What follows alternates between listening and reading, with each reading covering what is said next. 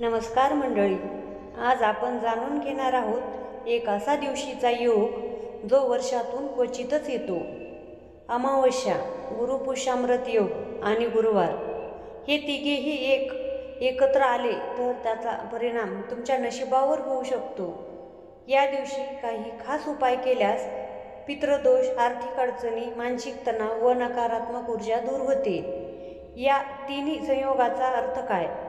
अमावस्या पितृकार्यासाठी सर्वोत्तम, आत्मिक शांती, वाईट शक्तींचा नाश करते.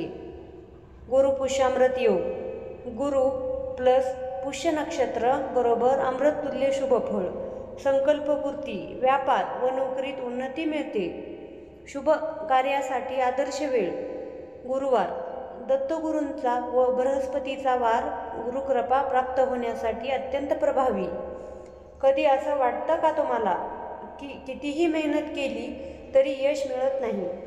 घरात सारखा वाद होतो, वाईट नजर आणि अपशकुन होतो, शेजार-पाजारचे लोक त्रास देत आहेत, काम बिघडतात, तर दादा-ताई, आजचा उपाय फक्त एकदा करून बघा.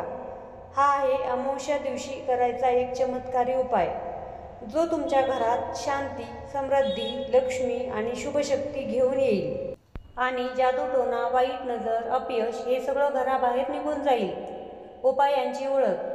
आज आपण ज्या उपायाबद्दल बोलणार आहोत तो अगदी साधा आहे, पण त्यामागचं शास्त्र, मंत्रशक्ती आणि श्रद्धा खूप खोल आहे. या उपायात 4 अशी तत्व आहेत, ती म्हणजे वच, वेखंड, भीमसेनी कापूर, फिटकरी म्हणजेच तुरटी आणि लिंबाच्या काड्या. या 4ही गोष्टी घरातल्या नकारात्मक ऊर्जा दूर करतात, दुश्मनांना घराबाहेर ठेवतात आणि लक्ष्मी मातेला घरात आकर्षित करतात. सगळ्यात खास म्हणजे हा उपाय आपल्याला अमावस्येला करायचा आहे, कारण अमावस्या ही अशी वेळ असते जेव्हा पृथ्वीवर चंद्राचा प्रभाव कमी असतो आणि त्यामुळे वाईट शक्ती सक्रिय होतात. तेव्हाच आपण हे गुप्त कवच तयार करणार आहोत. साहित्य काय लागेल? चला पाहूया.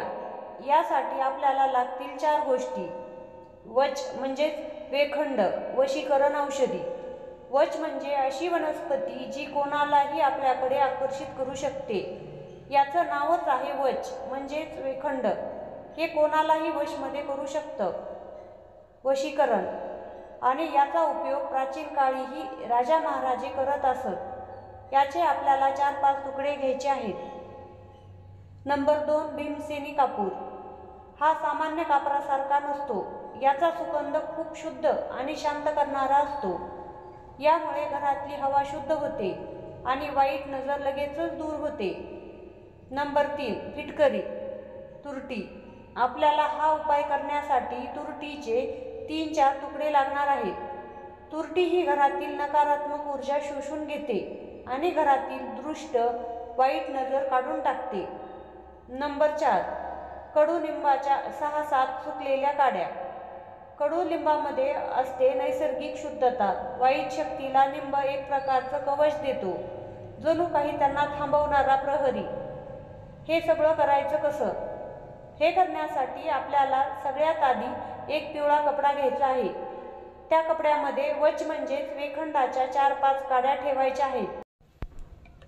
त्यानंतर त्यामध्ये आपल्याला 4-5 भीमसेनी कापराचे तुकडे टाकायचे आहेत.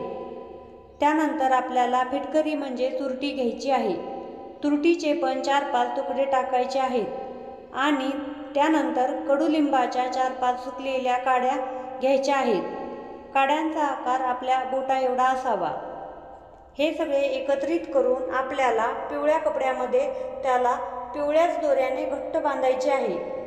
ही छोटीशी पिशवी तयार झाली की ती तुमच्या घराच्या मुख्य दरवाजाच्या बाहेर पितळेचा खिळा ठोकून ती बांधायची आहे.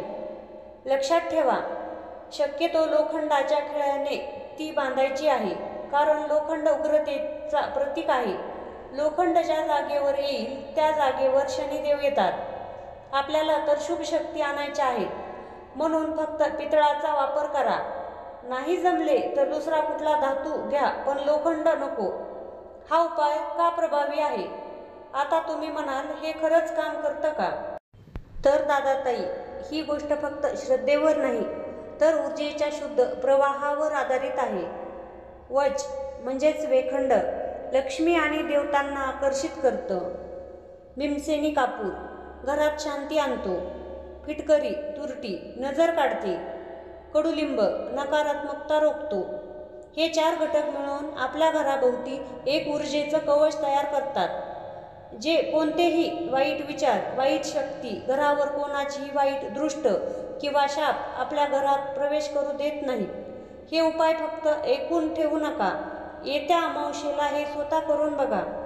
तुमच्या घरात ज्या क्षणी हे गाठोडं बांधलं जाईल त्या क्षणापासून तुमच्या जीवनात चांगले बदल सुरू होतील. तुमचा अनुभव तुमचंच उदाहरण बनेल. बघा कामं कशी सरळ होतात, वाद कसे मिटतात आणि शांती कशी वाढते. शेवटी एकच विनंती, हा उपाय फक्त स्वतःसाठीच नाही तर आई वडील, भावंड किंवा एखाद्या त्रासात असलेल्या नातेवाईकासाठीही करू शकता. जर व्हिडिओ आवडला असेल तर नक्की शेअर करा आणि कमेंट्समध्ये जय श्री स्वामी समर्थ लिहा.